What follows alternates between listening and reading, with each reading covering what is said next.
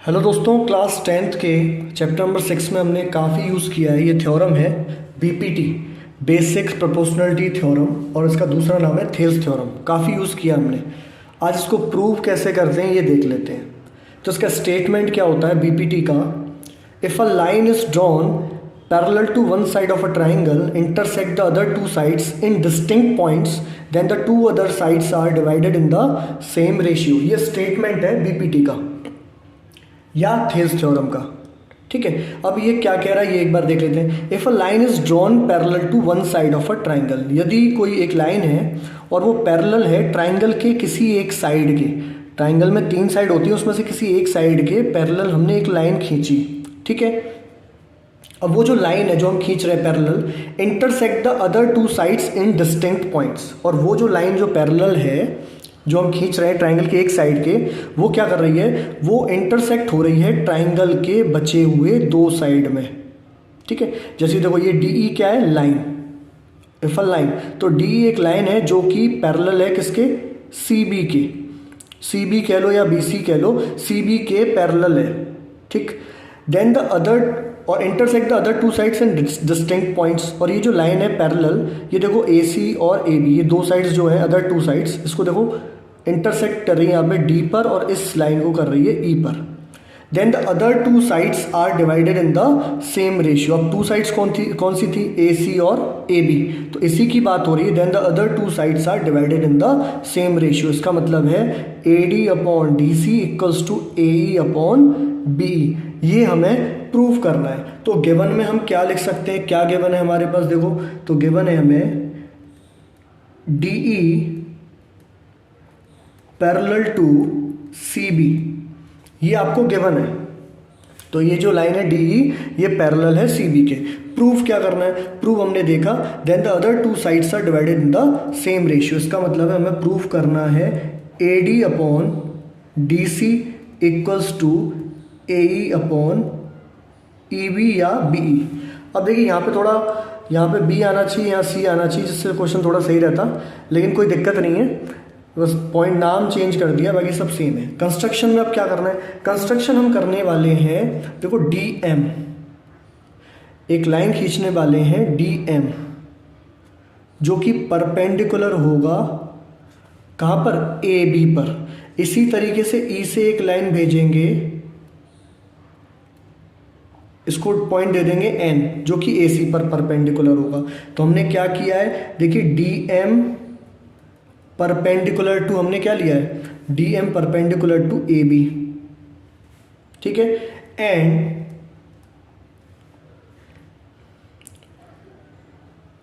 E N perpendicular to A C, ये हमने construction लिया परपेंडिकुलर। अब देखिए जब डी एम परपेंडिकुलर कहाँ है, ए बी के परपेंडिकुलर है, तो ए बी साइड के तो है ही है, लेकिन जब इस ट्रायंगल की बात होगी ए से लेकर ई साइड, इस पर भी परपेंडिकुलर है और बी पर भी परपेंडिकुलर है। अब आप कहेंगे भाई ये लाइन तो, ये परपेंडिकुलर तो ए पर है, बी पर कैसे हो जाएगा, या तो ए बी पर होगा, क्योंकि ए बी कह रहे हैं D M perpendicular to A B, या ए ई पर होगा, ये बी पर परपेंडिकुलर क्या होगा। तो आपने देखा होगा, एक एग्जांपल देता हूँ, देखिए ये ट्रायंगल है एक, तो इसके लिए बेस क्या है, जैसे देखो ये बेस है, मान लीजिए ये नाम दे देते हैं ए बी।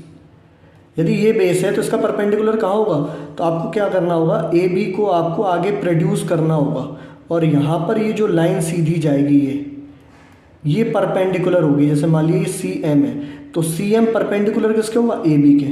जबकि देखो इस ट्राइंगल के अंदर ये परपेंडिकुलर नहीं है, बाहर है ना, लेकिन इस ट्राइंगल के लिए परपेंडिकुलर कौन है, सी एम ही होगा।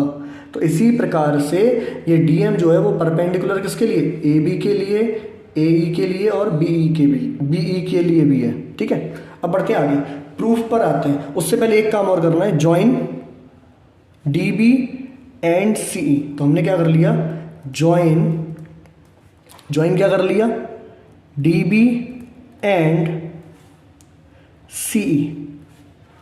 ठीक है, यहां तक कोई दिक्कत नहीं होनी चाहिए। अब प्रूफ पे आते हैं, ये सारी चीजें, स्टेटमेंट क्या है, गिवन क्या गिवन है हमारे पास, टू प्रूफ क्या करना है हमें, कंस्ट्रक्शन क्या करेंगे, ये सारी चीजें क्लियर हो गई। अब प्रूफ पर आते हैं। तो देखिए मैं ले रहा हूं in triangle A D E ठीक है। इन ट्राइंगल ADE या सीधे कर लो area of triangle ADE। ADE का एरिया कितना होगा, देखो हमें जैसे कि पता है ट्राइंगल का एरिया कितना होता है, क्या होता है 1/2 base into height, 1/2 base into height होता है। तो देखो ADE ये है। इसके लिए मैं अब क्या करने वाला हूँ, बेस मानूंगा AD को। तो 1/2 बेस क्या मान लिया हमने AD। परपेंडिकुलर क्या है EN या NE। ठीक है। इसी प्रकार से मुझे क्या करना है, एरिया ऑफ ट्राइंगल, अब मैं नीचे आने वाला हूँ नीचे। तो देखिए DCE, एरिया ऑफ DCE निकाल रहा हूँ, ध्यान से देखिए DCE ये वाला ट्राइंगल, इस ट्राइंगल का एरिया निकाल रहा हूँ। तो ट्राइंगल है तो एरिया 1/2 बेस क्या ले रहा हूँ यहाँ पे, बेस CD होगा।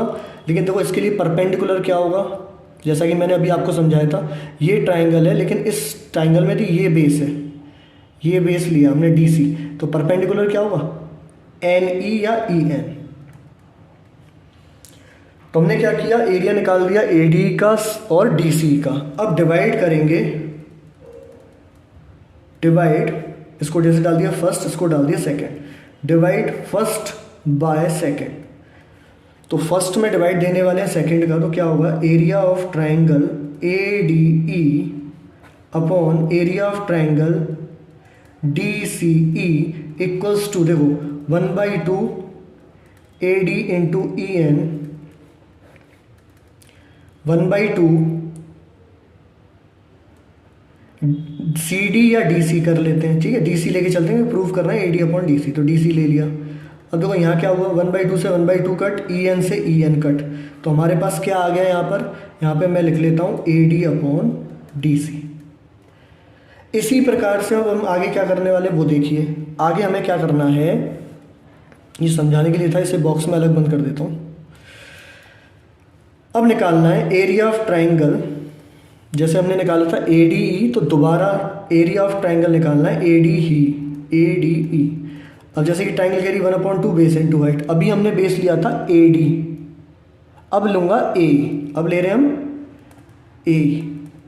परपेंडिकुलर क्या होगा, देखो ध्यान से, इस ट्राइंगल के एरिया के लिए बेस AE है, तो परपेंडिकुलर क्या होगा DM। इसी प्रकार इसको डाल दिया थर्ड। इसी प्रकार से एरिया ऑफ ट्राइंगल हमने निकाला, कौन सा, क्या निकाला, एरिया ऑफ ट्राइंगल AD जब निकाल लिया। अब निकाल रहे हैं नीचे, देखिए जैसे हमने निकाला था DCE निकाला था पहले, है ना, यहाँ देखिए ये DCE निकाला था, DCE। अब निकालने वाले हैं EBD, ध्यान से देखिए EBD। तो एरिया ऑफ ट्राइंगल EBD, और जब EBD निकालेंगे तो 1/2 बेस कितना है, बेस ध्यान से देखिए, इसमें पहले हमने लिया था बेस DC, अब लेने वाले हैं EB। देखिए इस ट्राइंगल में बेस क्या था, ये था DC, और इस ट्राइंगल में बेस क्या होगा फिर EB। इसके लिए परपेंडिकुलर क्या होगा DM। इसको डाल दिया फोर्थ। अब क्या लिखने वाला हूँ, डिवाइड थर्ड बाय फोर्थ। तो क्या आ जाएगा, area of ADE upon area of triangle EBD equals to 1/2 AE into DM upon 1/2 EB into DM। यहाँ से क्या हुआ, DM से DM कट, हाफ से हाफ कट, तो ये आ गया AE अपॉन EB। अब यहाँ पे जो आया था देखिए, इसको मैं डाल दे रहा हूँ फिफ्थ, इसको डाल दे रहा हूँ सिक्स्थ। अब आगे देखते हैं। अब इस डायग्राम में देखिए आप, एरिया ऑफ DCE, देखिए DCE मतलब ये वाला ट्राइंगल, ये पूरा, ठीक है, और दूसरा ट्राइंगल EBD मतलब ये पूरा ट्राइंगल। ये दोनों ही आप देखिए सेम बेस पर है। सेम बेस क्या है दोनों के लिए, देखो DE है, और बिटवीन सेम पैरेलल है। सेम पैरेलल कैसे, देखो ये इसके पैरेलल है, तो इन दो पैरेलल लाइंस के बीच में ही ये देखो ट्राइंगल है, और सेम बेस DE है। तो हम 9th में पढ़ा था हमने कि यदि दो ट्राइंगल सेम बेस पर हो और बिटवीन सेम पैरेलल हो, तो दोनों ट्राइंगल्स का एरिया कैसा हो जाता है, इक्वल हो जाता है। तो हम यहाँ क्या लिख सकते हैं, एरिया ऑफ ECE और एरिया ऑफ ट्राइंगल EBD, ये आपस में बराबर हो गए। क्यों? Both triangles lie on same base, और सेम बेस क्या है? सेम बेस है DE, same base DE, and between same parallel DE and CB। इसको हमने डाल दिया, वहां हमने डाल दिया था 5th 6th, इसको डाल दिया 7th। ठीक है, अब ध्यान से देखेंगे, यहां पर area of AD upon DCE, AD upon DC है।